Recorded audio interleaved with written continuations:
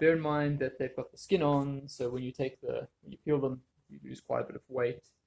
We'll actually weigh some before and afterwards and work that out. I'll let you know. It's about 30% is one of the figures, but it depends on the size of the banana. If you use bigger bananas, the surface to volume area, the ratio is different. So these are quite small bananas, so we're going to lose quite a bit of weight in the skins because there's just not as much volume inside of them, i.e. the banana fruit or the flesh versus the skin, when you compare to a larger banana, which while it has a larger skin, the volume inside grows quicker than the surface area of the skin. Cool, so this is the dehydrator. It's just a little one, but quite a few layers here, 5 or 6 layers. We might not be able to do all of these, so we'll pick the riper ones first. And anyway, the ones with the spots are good. That means they're ripe. And the ones that do not have spots, like these ones, as you can see, they've got a little bit of green tinge to them too. They're obviously not ripe, so we'll leave those, which is good because I probably can't put an 18 kg box in here. You don't need one of these. This is a food dehydrator. This is the power on and off. It runs a heating coil as well, which makes it use quite a bit more energy. Where is it now? Do we have it? There we go. Rated power 250 watts power, which is why I added a second switch here, which allows us to basically turn off the heating element and just run the fan. But basically I put this in series with I won't open it up so you have to think about it. I put this in series with the live wire to the heating element, so yeah, you can turn it off, turn it back on again. So you use that at first. Okay, so here's the scale with a chopping board set up on top of it. It's wood. It's quite good actually for food. Has some nice properties to it. Inhibiting microbial growth. So I'm just going to grab some bananas. It's almost 1 kilogram. Try to get close to 1 kg exactly. What have we got? Ha! Look at that. 1,003 grams. Cool. Let's peel them quickly and see what happens. By the way, we're not going to make banana chips out of this because that's just terrible. I don't know why people do that. It's horrible. Don't do that. I'll show you a much better way to make dried bananas. So look at these perfect little bananas inside. All those people who don't like spots on their bananas are just, well, nuts. Or maybe bananas, I don't know. You be the judge, I suppose. Cool, there we go. So remember, 1003.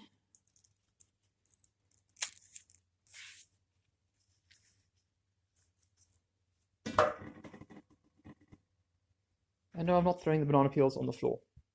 They are actually slippery. I'm going into the sink off camera.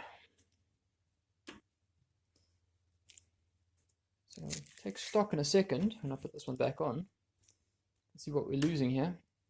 We've lost already 20%. We haven't even peeled all the bananas. So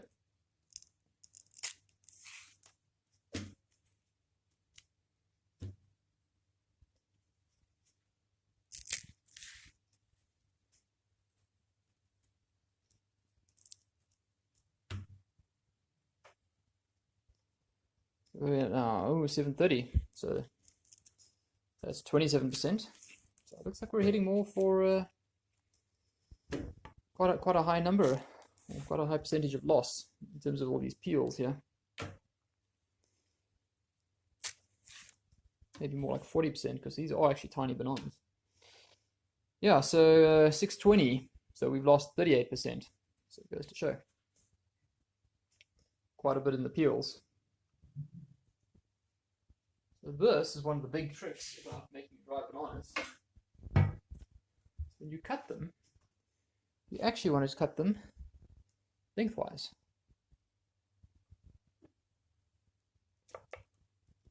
And yes, that's awkward because that's on. Okay, much easier when it's stable. So what I'm also doing is cutting them flat because they've got a curve and you want them to be able to lie flat. So that one's a bit too thick. Sometimes it's better to use a proper knife instead of a butter knife. Now you can go. There we go.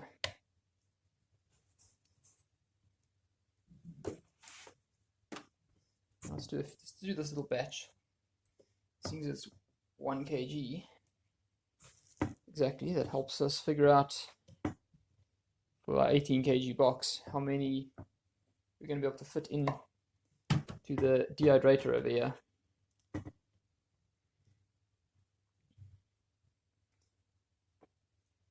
So we can just count how many of these layers we fill up. I mean, this is not going to fill up, I don't think, well, definitely not 2, maybe even only 1 layer. And you don't have to worry too much about cracks in them like that. What you do want to do is try and avoid cutting skew, like this is getting a little bit off center. Just have to watch the blade coming out the other side. And the reason for that is because if you have a non-uniform thickness of banana, then the drying rate is fairly consistent, but the different thicknesses will then dry at different rates. That's what it looks like. And I just spread the bananas out in the most, I don't know, space-efficient layout that I can. Oh, no one wants to stick on there. It's fine. Get them later. You may as well take that off while you go. Yeah, I'm not going to try and force too many onto the same thing, so we'll just do that. So this 1 kg takes up at least one of those plus another one, so probably around 2. But there we go. And yeah, you could do them the other way around. You can actually do this as well. Slightly less cleanup work later. They won't stick as much because, well, the inside's clearly gooier than the outside of the banana, or stickier, or both. And if they break like this, no problem. Don't worry. Just you won't end up with one long piece. That's all. It'll dry slightly quicker, and that's about it. So it looks like 1 kg of unpeeled bananas ends up taking about 1.5. So we can do at least. Well, we've still got 3 more of these. So we're going to do another few kgs of bananas. What I do like about this thing is it's got these little tabs in this plastic, and if you line them up with the supports over here, then they stack quite high, so that the food doesn't get squashed. I mean, that's pretty obvious, but bears mentioning. So again, I'm just sorting through and picking out the ripest bananas. Then after this batch is done in the dehydrator, I can take the next batch of the next ripest bananas. And worst comes to worst, I just have to eat a lot of bananas, right? I think at some point I'd start selling them to the neighbors, though. Oh, the box of bananas, by the way, cost 200 Rand, in case you're curious. And I see the Rand to the dollar right now is about 14.5, which is quite a strengthening of the Rand, actually. It's normally quite a bit less than that, or at least has been recently. Partly because the dollar is going into the toilet, or more so than the Rand, I think. Gaining strength or becoming better. Interesting things happening in the currencies of the world. So we're actually very lucky that our currency is strengthening, our local currency, because with oil prices going up, that'll help keep the oil in our local currency terms down. Currency gets stronger. You can just cut that bits off, the bruises. You can't see, there we go on the camera. Literally, it's a bruise. To be frank, it's not that important to cut off. The texture of the dried bananas is going to be so much different. It's going to be hard to pick that out. But cutting it off doesn't make a big difference either. What do you do with the banana drops on the floor? Rinse it off and put it back on. Don't be silly, people. We cannot waste food. Go on, spotty enough, eh? Should be nice and ripe. Oh, look at that. Perfect banana. See? The spots don't mean it's got bruises or anything. If it's got bruises on it, it's because it's been bruised. And then it helps to do a production line system. So peel a batch, put them in a bowl. Now put them on here, and bear in mind the camera is in the way here, so I can't do this as easily as I normally would be able to. Just, you know, cut the bananas one. Ooh, don't stab the fingers. I'm actually doing this upside down now, so it's a bit difficult for me. I'll try to step around this other way. Here we go. This is much easier to do it towards me. And then you put them on to the tray of the dehydrator. Man, look at that. Breaking it, breaking it. Doesn't really matter. If you eat it, you're going to break it.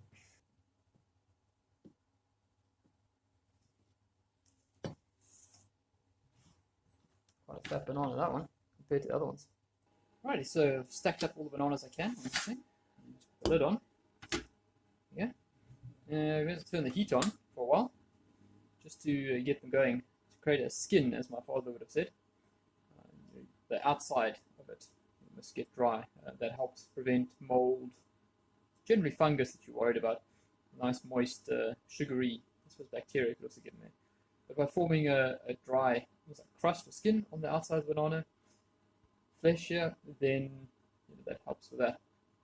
And once you've got that, you can turn off the heat, because that's what makes it chew power. I mean, I suppose it's 250 watts altogether. You turn off the heat and you're probably looking at, I don't know, 20 watts, 30 watts. So 1/10 the power, right?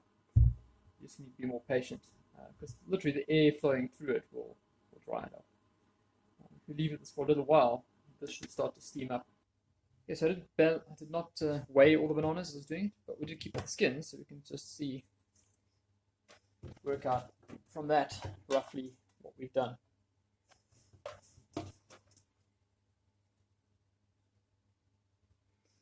So that's already 1.4 kgs of skin, and well, I'm going to say it was about 38%, so I multiply by roughly 3, and you can see we've done about, I suppose, 4 kgs of bananas. I might be eating a lot of bananas, it seems, before these get dried. Now, hopefully I'll be able to do a few batches, and as those other ones get done, then we can move on to these ones here. Right, so I'll just go and put these in the compost heap, because they compost really well. I think it's the moisture that helps them. Orange peels are quite a bit tougher, although apparently when you mix these with orange peels, then orange peels do get composted.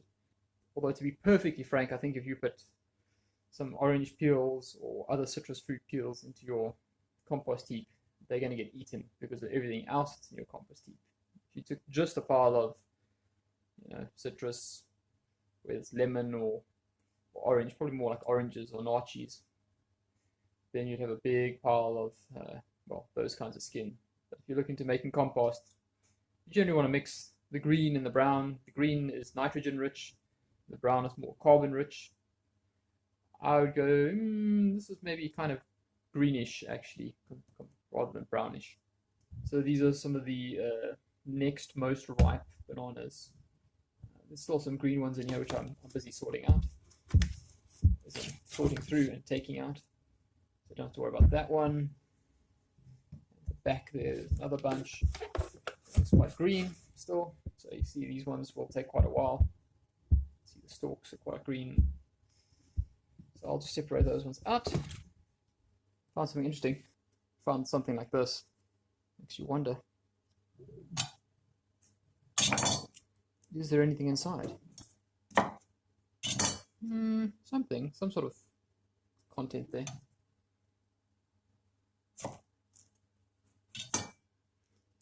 Kind of looks more like a stalk to me, but I think it was trying to form into a banana. I've just been having a quick lunch, but you can see how this has misted up already. You can see the gaps there. Obviously the dehydrator is pulling the moisture out of the water vapor out of the bananas. See, it's working already. And this is, I don't know, maybe 10 minutes later. It's not ready, but just shows you how quickly the process starts.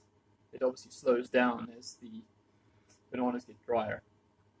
But then at that point we'll turn this one off and that'll have us down to just using the fan, like that.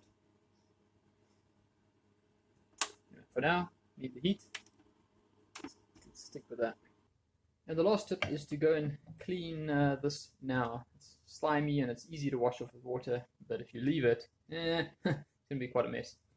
Oh, and the other fun thing about using the dehydrator is the entire kitchen now smells like bananas. And almost like banana bread because it's slightly warm. But not really banana bread yet. It might take a bit longer. But it's getting there. Cool, so a few hours later. The ones at the bottom are definitely... they're tacky to the... I should say slightly tacky to the touch. So they're not very wet at all. The ones on the top, over here still, they're still wet. It's an inevitable thing though, because the heat's coming from, well, the heated air is coming from there. So I like to take the top ones, put them on the bottom, and basically just invert the stack, right? Oops. Yeah. You can see it's already getting a little, still wet. That wasn't second from the top, now it's second from the bottom. And here's where it's damp, I'd say. This is where it's no longer damp, it's just a bit tacky. With the top one, which was the bottom one, now being rather dry. At this point I'm going to turn the heat off again. I've had the heat on and off a couple of times. Okay, it's about 24 hours later. And you can see the bananas are now what I would refer to as rubbery.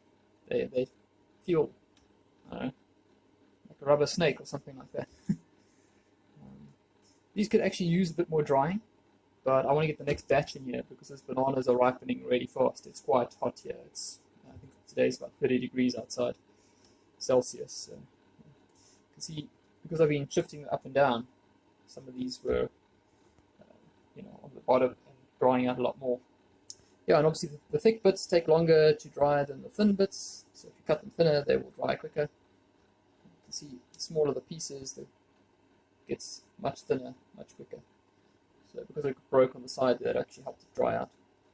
The other thing is the bits right on the edge or right in the middle might not get quite as much air, depending if you lay it against this edge. But anyway, cool. So it's now I'll just put these in some sort of packaging. Brown paper bags work well.